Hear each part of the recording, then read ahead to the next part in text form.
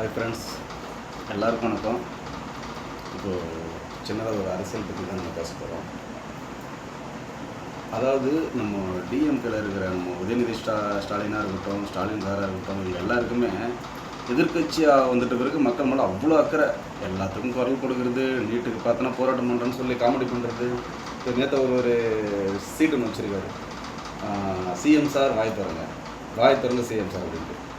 ஏன் இப்போ ஏதாவது பேசி அவர்கிட்ட இருந்து ஏன் மீடியாவை விஜய் சந்திக்க மாட்டேங்கிறாரு அப்படின்னா, அவர்கிட்ட இருந்து ஏதாவது இப்போ தேவையில்லாத கேள்வி கேட்டு அதுக்கப்புறம் அதை எதனா ஒரு வார்த்தை பிடிங்கி அதை ஒட்டு மொத்தமாக இருக்கிற 90% இருக்கிற அந்த டிஎம்கே ஆதரவாக செயல்படுற அந்த ப்ரெஸ்ஸை வச்சு காலி பண்ணலாங்கிறது தான் ஒன்று. ரெண்டாவது என்னென்னா, இவ்வளோ போராட்டம் இவ்வளோ தூரம் நீங்கள் அவ்வளோ டே டு டே நீங்கள் ஏதாவது ஒரு விஷயம் பேசிகிட்டே இருக்கீங்களே. ஆளுங்கட்சி இறங்கும்போது என்ன பண்ணிட்டு இருந்தீங்க? 5 லட்சம் கோடி இருந்த கடனை 13 லட்சம் கோடி ஏற்றி வச்சுருக்கீங்க. மனசாட்சி இல்லை உங்களுக்கு? அதுக்கு முதல்ல பதில் சொல்லுங்கப்பா. ஃபஸ்ட்டு 60 வருஷமாக 5 லட்சம் கோடி இருக்குது. இந்த ஒரு 2021-26 பீரியடில் 13 லட்சம் கோடியாக இருக்குது. இதுக்கெல்லாம் இவர் பதில் சொல்ல மாட்டார். ஒன்றா விஜய் நோண்டி நோக்கணும் இருக்குது. ஏங்க இப்படி பண்ணுறீங்க, ஏன் பேசுங்க மக்கள் பாருங்க அப்படின்ட்டு. வயிற்றுச்சல விஜய் வராரு, விஜய் சாப்பிட்றாரு, விஜய் சிம்பிளாக இருக்கார், விஜய் 5 மணி வரைக்கும் இருக்காருன்னா அது ஆல்ரெடி மக்கள் மத்தியில் பயங்கர பிரபலமாக இருக்கிற ஒரு நடிகர் அரசியல் வந்ததுனால இந்த மாதிரி நல்ல விஷயங்கள்லாம் பண்ணும்போது மக்களுக்கு அது பார்க்குறாங்க. உங்களுக்கு ஏன் வயிற்றுச்சல் ஆகுது? நீங்கள் நல்லா ஆட்சி பண்ணியிருந்தா ஏன் விஜய் வராது? ஃபஸ்ட்டு 2 வருஷம் கட்சி வருது அப்படின்னாலே நீங்கள் வீக்குன்னு தானே அர்த்தம், உங்களை பிடிக்கலன்னு தானே அர்த்தம். அதே உங்களுக்கு புரிய மாட்டேங்குது. உங்கள் கட்சியை டெவலப் பண்ணுறதுன்ற வேலை இருந்தால் போய் பாருங்கள். தயவு செஞ்சு நீங்கள் விஜய்கிட்ட எதிராக பேசுகிறது மறுபடியும் மக்கள் கோபத்தில் தான் இருக்காங்க. நீங்கள் பேசுகிறது ஐயோ உதயநிதி சார் நமக்கு ரொம்ப ஆதரவாக பேசுகிறாரு, மக்கள் மேலே பயங்கர அக்கறை இருக்குது அப்படின்னு யாருமே நினைக்கல. ஒட்டுமொத்த பேரும் கழுவி ஊற்றிட்டு இருக்காங்க. ஒரு மாதம் தான் ஆகுது, அதுக்குள்ளே அவர்கிட்ட போயிட்டு அவ்வளோ தூரம் நீங்கள் கேள்வி கேட்டுட்டு உட்காந்துருக்கீங்க. உங்கள் அப்பா இருக்கும்போது என்னங்க பண்ணீங்க அப்படின்ற மாதிரி எல்லாமே கோபத்தில் கொந்தளிச்சு தான் இருக்காங்க. ஓகேவா? ஃபஸ்ட்டு மக்கள் மனசில் என்ன இருக்குன்னு புரிஞ்சு பேச கற்றுக்குங்க. நீங்கள் பேசுகிறது எல்லாம் சரிதான், பட் நீங்கள் பேசுகிறது மக்கள் ரசிக்கிறாங்களா, மக்களோட மனநிலை இருக்கா? ஃபஸ்ட்டு அந்த மாதிரி அப்படி பேசுங்க. மக்கள் மனநிலை வேறு ஒன்றா இருக்குது, நீங்கள் வேறு ஒன்றா பேசிகிட்டு இருக்கீங்க. முதல்ல அந்த ட்ராக்கில் போகத்துங்க. மக்கள் மனசை புரிஞ்சாலே நீங்கள் கண்டிப்பாக தோற்றுருக்க மாட்டீங்க. அப்புறம் நம்ம சீமான் சார் போகிறோம். 69 படமும் வரல, ஒரு படம் ஓடிந்த கூட பரவாயில்ல, நீங்கள் ஜெயிச்சிருக்கலாம், நீங்கள் தேர்ந்தெடுத்துருக்கலாம். 69 படமும் ஓடல, சூப்பர் ஸ்டார் படம் ஓடிச்சுன்னா அதே சூப்பர் ஸ்டார் அன்றைக்கி வரும்போது சுடுகாடு கூட தான் வெற்றிடும், அங்கே போய் படுத்துக்க வேண்டியதுன்னு சொன்னால தான் நீங்கள். ரெண்டாவது, ஏன் ஜெயிச்சிங்க? எனக்கு ஒரு காரணம் சொல்லுங்கள். 15 வருஷமாக நீங்கள் தோற்றதுக்கும் 2 வருஷத்தில் விஜய் ஜெயிச்சதுக்கு நான் ஒரே காரணம் சொல்லட்டுமா?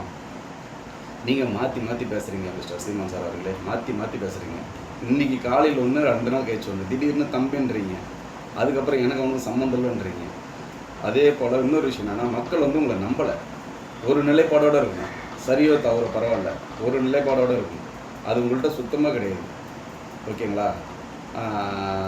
டிஎம்கே கட்சியில் அவ்வளோ விஷயம் நடக்கும்போது நீங்கள் பொதுவாக ஆள்றவங்க இன்றைக்கி விஜய் எதிர்க்கிறது கூட ஒரு விதத்தில் ஓகே, ஆளுங்கட்சி நீங்கள் கேட்கலாம், அந்த ஒரு விஷயம் தப்பு பண்ணால் கேட்கலாம். பட் அன்றைக்கி ஸ்டாலின் சார் ஆண்டுன்னு இருக்கும்போது நீங்கள் விஜய் பக்கம் திருப்புறது ஏன்? புதுசாக வரவங்கள வர வேணாம்னு சொல்கிறதும் அவங்க பக்கம் உங்களோட நோக்கம் விஜய் அடிக்கிறது தானே. அதனால தான் நீங்கள் அஞ்சு பண்ணுங்க.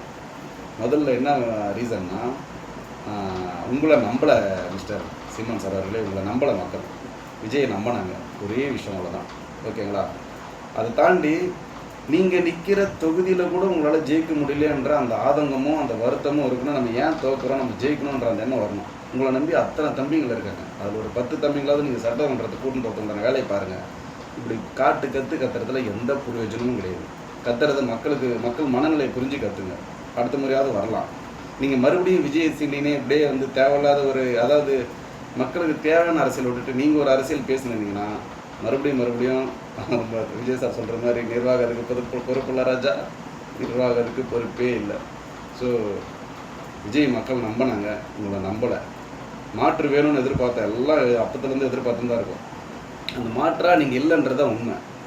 மேபி ஒரு 7 இயர்ஸ் 8 இயர்ஸ் முன்னாடிலாம் பார்த்தீங்கன்னா நிஜமாகவே மக்கள் சீமான் பக்கம் சாஞ்சாங்க, இல்லைன்னு சொல்ல. ஆனால் அதுக்கப்புறம் நீங்கள் உங்களுடைய அரசியல் இருக்குது இல்லையா, உங்களுடைய அந்த மாற்றி பேசுகிற அந்த தன்மை ஒரு நிலைப்பாடில் இருக்கிறது கிடையாது.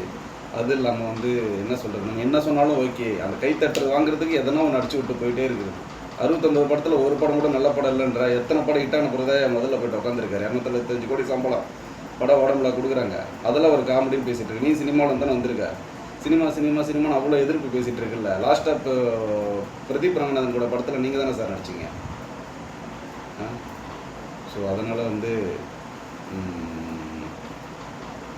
விஜய்க்கு எதிராக பேசணுன்ற எண்ணத்தை மட்டும் விட்டுட்டு மக்கள் மனசில் உண்மையிலுமே ஒரு தப்பு பண்ணால் தாராளமாக கேளுங்க. நம்மளே கேட்குறதுக்கு தான் ரெடியாக இருக்கும். ஏதாவது ஒரு தப்பு பண்ணால் இந்த இப்போது ரஜத் பண்டிதார்னு ஒருத்தர் வந்து தேவையில்லாமல் ஃபிக்ஸ் பண்ணார். அது வந்து தப்புன்னு எல்லாருக்குமே தெரிஞ்சுது.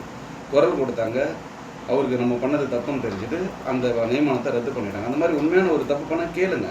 வந்து 1 மாதம் தான் ஆகுது. 5 வருஷம் 2 வருஷம் உட்காந்துருக்கும் போதெல்லாம் கப்புன்னு விட்டீங்க. ஒரே ஒரு மாதத்தில் என்ன உங்களுக்கு அவ்வளோ அக்கறை மக்கள் மேலே? மக்களுக்கு என்ன செய்யணும்னு விஜய்க்கு தெரியும், விஜய் என்ன பண்ணுறாருன்னு மக்களுக்கும் தெரியும்.